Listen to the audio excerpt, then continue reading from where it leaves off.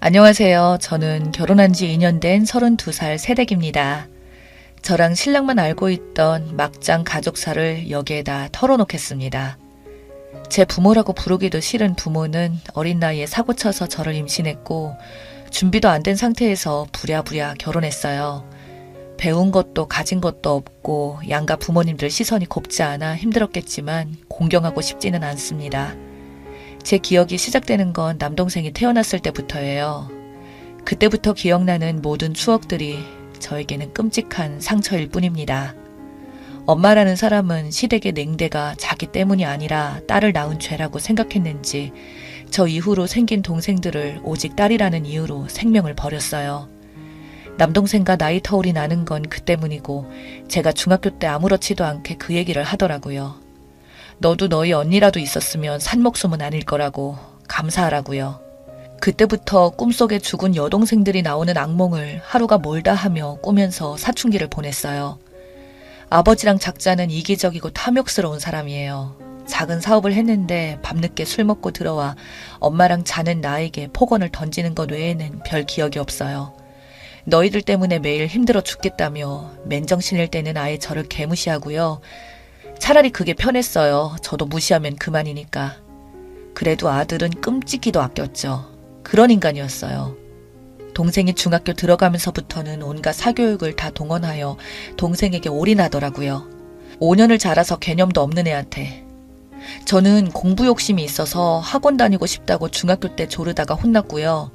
어디서 부모 지갑을 우습게 하냐면서 그게 더 억울해서 더 열심히 공부했는데 집에서 공부하면 일부러 TV 크게 틀어놓고 다들 모여앉아 큰 소리로 저를 무시하는 말을 해서 집 밖에 나와 상가에 있는 동네 학원 창고 같은 구석에 안 쓰는 책걸상을 보관하는 곳에 들어가서 몇 시간이고 공부했어요. 어두컴컴한 곳에 가서 눈도 다 버리고 안경을 쓴다고 욕도 많이 먹었어요. 중학교 때 처음으로 전교 1등을 한 적이 있어요. 그때만큼은 저도 너무 좋아서 성적표 들고 집에 뛰어왔죠. 예쁨 받고 싶어서 그냥 사랑받고 싶어서 집에 엄마가 있었는데 말없이 성적표를 자랑하니까 힐끗 보더니 피식 웃으며 뒤돌아 서더라고요. 어이없고 이해가 안 돼서 왜 그러지? 하면서도 혹시나 하는 마음에 아빠를 기다렸죠. 늦어지는 게 불안하더만 역시 술을 먹고 오더라고요.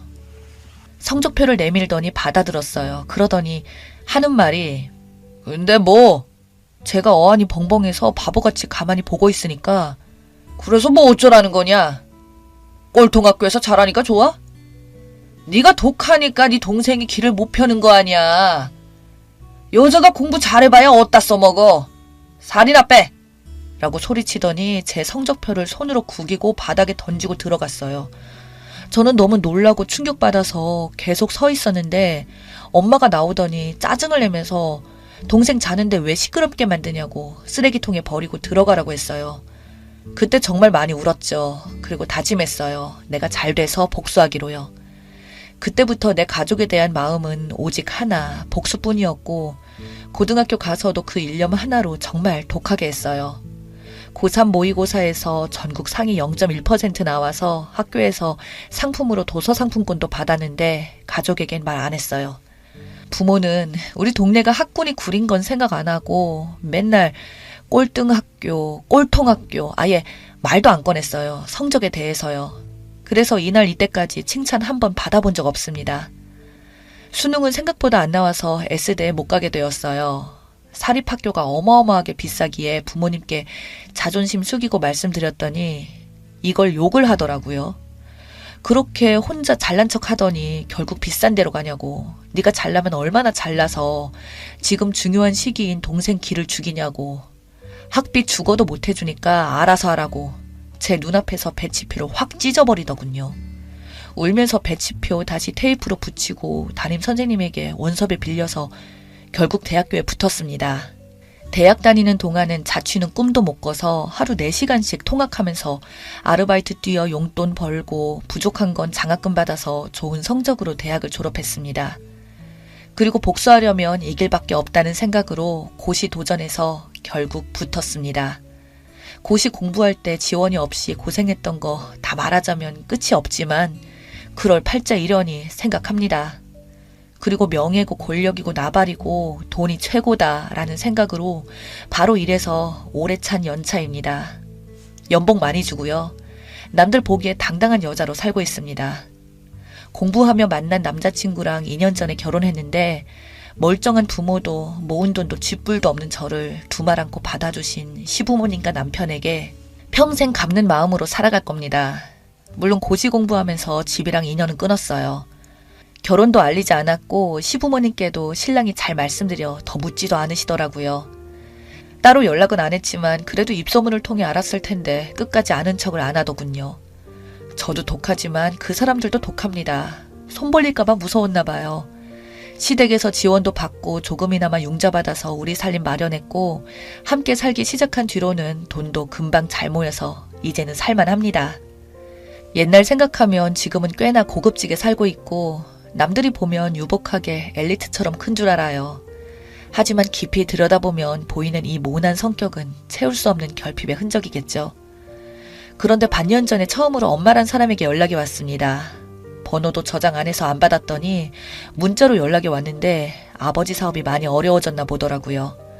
저한테 동생 이번에 대학원 가는 거 학비 좀 보태달라더군요. 전공이 특수해서 학비가 비싸대요.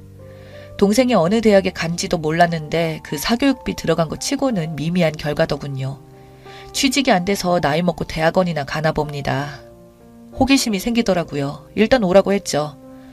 광화문에서 만났는데 정말 제 인생에서 할 수 있는 치장 다 하고 갔습니다. 결혼식보다 더 꾸미고 간 것 같아요. 원래 수수하게 하고 다니는 편인데 유일하게 있는 명품백 들고 드라이하고 나갔어요. 친정엄마 만나는 게 아니라 무슨 전쟁에 참전한 것처럼 말이죠. 건물 로비의 카페에서 보기로 했는데 조금 늦게 나와보니 엄마가 초조한 듯 앉아있더라고요. 많이 초라해지셨더군요.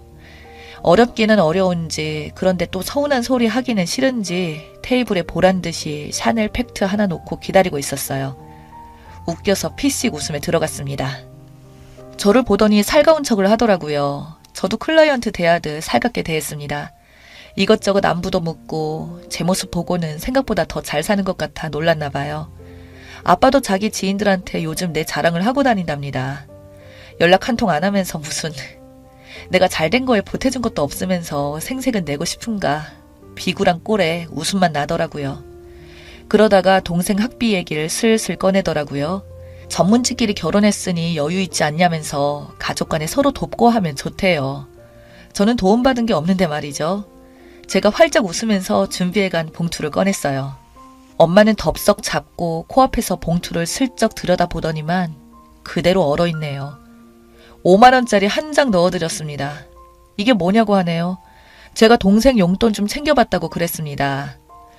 저 학교 다닐 때 한 달에 1,000원씩 주면서 토요일에 특별활동하러 공설 운동장까지 갈 차비가 없어서 집 앞 1시간 전에 걸어서 출발하고 집에 올 때는 친구들은 버스 타고 가는데 나는 엄마가 데리러 온다고 거짓말 치고 다시 1시간 걸려 걸어오면서 오고 했거든요. 내가 그때 받던 용돈 몇 년치를 이렇게 주는데 고맙지 않냐고, 사교육 시킨 돈은 다 어디 가고 지금 취업 못하니 누나 된 도리로서 돈 넣어줬다고 하니 엄마 손이 벌벌 떨리더라고요. 앞에 물잔을 제 얼굴에 부어버릴까봐 제가 빼앗아 들고 웃으면서 다 마셔버렸습니다. 그러고는 일부러 간다고 바쁘다고 일어서면서 지갑에서 5만원 더 꺼내서 테이블 위에 놓았습니다. 커피값 계산하시고 뭐 좀 사입으라고, 이런 데는 그래도 좀 차려입고 와야 모양 안 빠진다고 그 말 하면서 정말 제가 생각해도 간사한 표정으로 미소 지었죠. 엄마는 얼굴이 그야말로 사색이 되고 정말 너무나도 볼품 없어졌어요. 하지만 불쌍하진 않았어요. 더는 연락하는 일 없었으면 좋겠다고 말하고 일어서는데 다리가 후들거리는 거 억지로 괜찮은 척 파워워킹 했습니다. 뒤에서 쌍욕이라도 들릴까봐 두근댔는데 아무 소리 없었어요. 그렇게 뒤도 안 돌아보고 걸어 나왔고 어떻게 회사까지 왔는지 기억도 없어요. 술에 만취한 것처럼 비틀대며 사무실에 들어왔는데 두 손이 부들부들 떨리고 어지러웠어요. 심장이 터질 것 같고 아, 내가 이 순간을 위해 이제까지 살았구나, 그 생각을 하며 미친 사람처럼 몸을 벌벌 떨었습니다. 흥분되기도 하고 통쾌하기도 하고 무섭기도 하고 슬프기도 하고 그리고 허무해졌어요. 너무 허무해서 살기 싫을 만큼 이제 나는 왜 살아야 하나, 내 삶의 목표는 무엇인가 싶었죠. 조퇴하고 남편 불러내서 집에 가서 밤새도록 껴안고 울었어요. 며칠 만에 살이 3kg이 넘게 빠질 만큼 솔직히 모든 게 너무나 힘들었어요.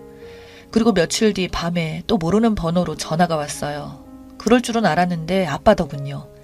받으니 역시나 쌍욕을 퍼부으십니다. 전화로도 고스란히 전해지는 분노들은 이제 가슴이 벌렁거리지도 않았고 그냥 담담히 들었어요. 네가 잘 살 줄 알아? 부모 형제도 못 알아보고 불안당 같은 것. 누구 때문에 출세했는데 은혜로 모르는 거야? 등등. 그 외에도 무수한 욕들을 그냥 다 듣고 있었어요. 그러고는 계속 이러시면 내용 증명 보냅니다. 받기 싫으시면 전화 끊으세요. 불안당이 무슨 뜻인지 아시죠? 바쁜 사람 붙잡고 못 배운 티 내면 안 되죠.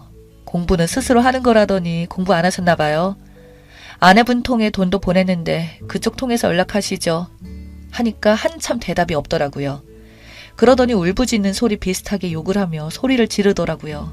솔직히 좀 놀라서 무섭기는 했는데 그냥 술 먹고 주정 부리는 것 같아서 듣고 있었어요. 그러고는 머리가 어질어질해져서 아내분 편에 돈 보냈으니까 아들 학비에 보태라고 하고 끊었습니다.